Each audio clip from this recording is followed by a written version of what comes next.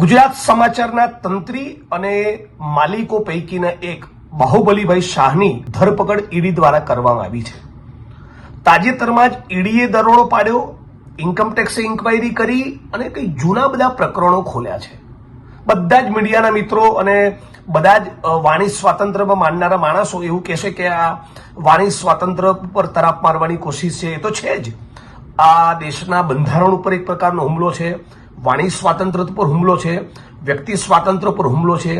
Freedom જે મીડિયાને એક સ્વાભાવિક રીતે જ મળવી જોઈએ, એક લોકતંત્રના ચોથા પ્રહરી તરીકે સવાલ પૂછવાની, આકરા સવાલ પૂછવાની એ સ્વતંત્રતા જે છે મીડિયાની, એની પર તરાપ છે.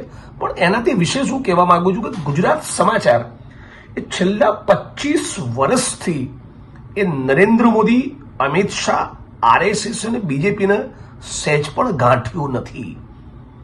નરેન્દ્રભાઈ ઉપર ગુજરાતની જનતાએ, દેશની જનતાએ ગમે તેટલા ફૂલડા વેર્યા હોય, પણ મગનું નામ મરી પાડીને રાત દિવસ પાને પાને એક એક સ્ટોરીમાં એન્ટી એસ્ટાબ્લિશમેન્ટ એલિમેન્ટ સાથે કોઈએ લખ્યું હોય સાતત્યપૂર્વક, એ ફક્ત ગુજરાત સમાચાર છે.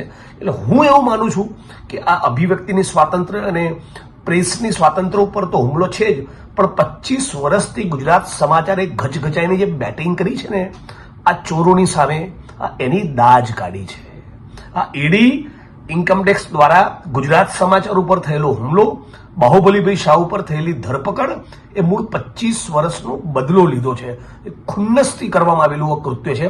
અને એટલે ગુજરાત સમાચારના એક વાચક તરીકે અને પછી ગુજરાત સમાચાર ના વાચકની તરીકે, ગુજરાતના નાગરિક તરીકે હું આ ઘટનાના સખત શબ્દોમાં વખોડું છું અને સમગ્ર ગુજરાતના અને દેશના મીડિયા જગતને પણ અપીલ કરું છું, ગુજરાતના દેશના તમામ એક્ટિવિસ્ટો, કર્મશીલો, રાજનીતિના માણસો, અમારા પક્ષના માણસો, બધા જ લોકોને અપીલ કરું છું કે આ સમય છે કે જ્યારે ઈડી CBIનો મિસયુઝ જે થઈ રહ્યો છે એની સામે બોલવાનો, ગુજરાત સમાચારની પડખે ઊભા રહેવાનો. મારી વિશે સારું પણ લખ્યું છે ગુજરાત સમાચારે, જરૂર પડીએ મારી ટીકા ટિપ્પણી પણ કરી છે. એ જ પત્રકારત્વનું કામ છે. પત્રકારત્વનું કામ એ નેતાઓની ચાપલુસી કરવાનું નથી જ. એમને તીખા સવાલો પૂછવાનું છે, આકરા સવાલો પૂછવાનું છે, એમની એકાઉન્ટેબિલિટી, જવાબદારી ફિક્સ કરવાનું છે. આ કામ ગુજરાત સમાચારે કર્યું છે.